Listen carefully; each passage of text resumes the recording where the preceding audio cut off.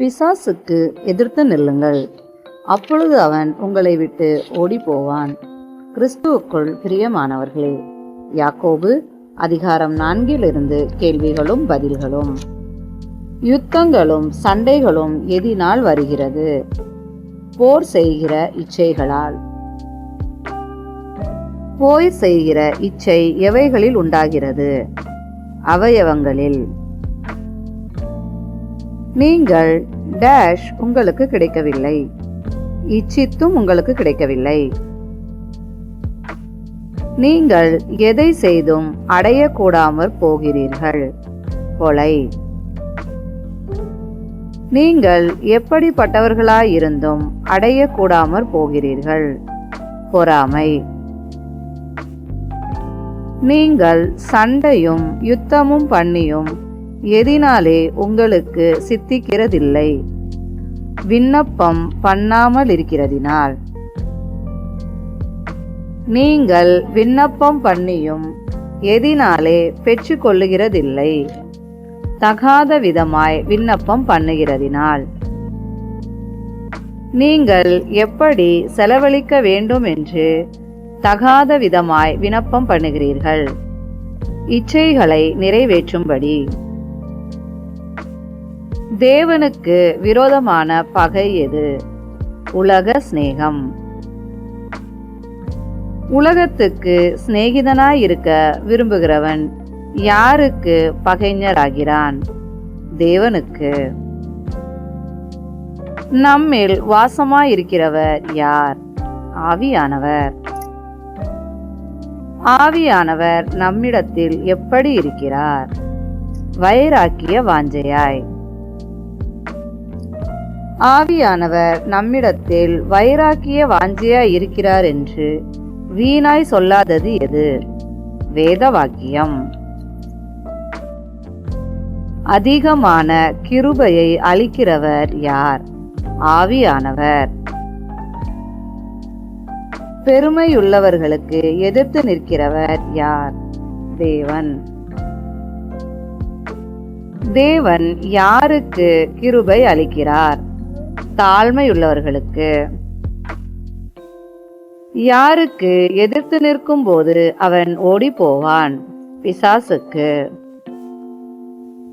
யாரிடத்தில் சேர வேண்டும்? தேவனிடத்தில்.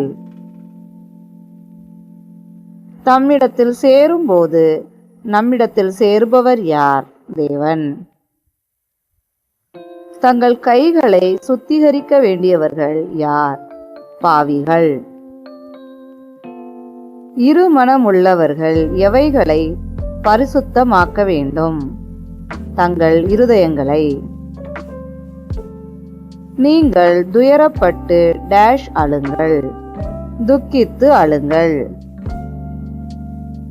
உங்கள் டேஷ் துக்கிப்பாகவும் மாறக்கடவது, நகைப்பு.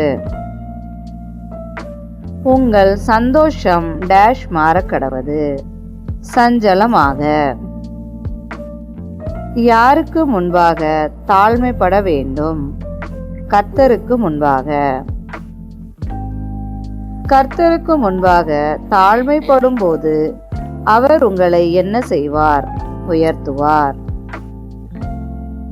ஒருவருக்கொருவர் எப்படி பேசக்கூடாது? விரோதமாய். சகோதரனுக்கு விரோதமாய் பேசுகிறவன் எதற்கு விரோதமாய் பேசுகிறான்? நியாயப்பிரமாணம். சகோதரனை குற்றப்படுத்துகிறவன் எதை குற்றப்படுத்துகிறான்? நியாயப்பிரமாணத்தை. நியாயப்பிரமாணத்தை குற்றப்படுத்துகிறவன் எதின்படி செய்கிறவனாகிறான்? நியாயப்பிரமாணம். நியாயப்பிரமாணத்தை குற்றப்படுத்துகிறவன் அதற்கு எப்படி இருப்பான்? நியாயாதிபதியாய். எதை கட்டளையிடுகிறவர் ஒருவரே? நியாயப்பிரமாணத்தை. ரட்சிக்கவும் அழிக்கவும் வல்லவர் யார்? நியாயப்பிரமாணத்தை கட்டளையிடுகிறவர். டேஷ் குற்றப்படுத்துகிறதற்கு நீ யார்? மற்றவனை. என்றைக்கும் நடப்பது உங்களுக்கு தெரியாது, நாளைக்கு. கொஞ்ச காலம் தோன்றி பின்பு தோன்றாமல் போகிறது எது? புகை. புகையை போல் இருக்கிறது எது? ஜீவன். யாருக்கு சித்தமானால் நாங்களும் உயிரோடு இருந்தால் இன்னதை செய்வோம் என்று சொல்ல வேண்டும். ஆண்டவருக்கு. நீங்கள் எவைகளில் மேன்மை பாராட்டுகிறீர்கள்? வீம்புகளில். வீம்புகளில் மேன்மை பாராட்டுதல் எப்படி இருக்கிறது? பொல்லாங்காய் இருக்கிறது. எதை செய்ய அறிந்தவனாயிருந்தும் செய்யாமற் போனான் அது அவனுக்கு பாவமாயிருக்கும். நன்மை. கிறிஸ்துவுக்கே மகிமை உண்டாவதாக. ஆமென். கேள்விகள் வேதாகம புதையல் புத்தகத்தில் எடுக்கப்பட்டவை. நன்றி.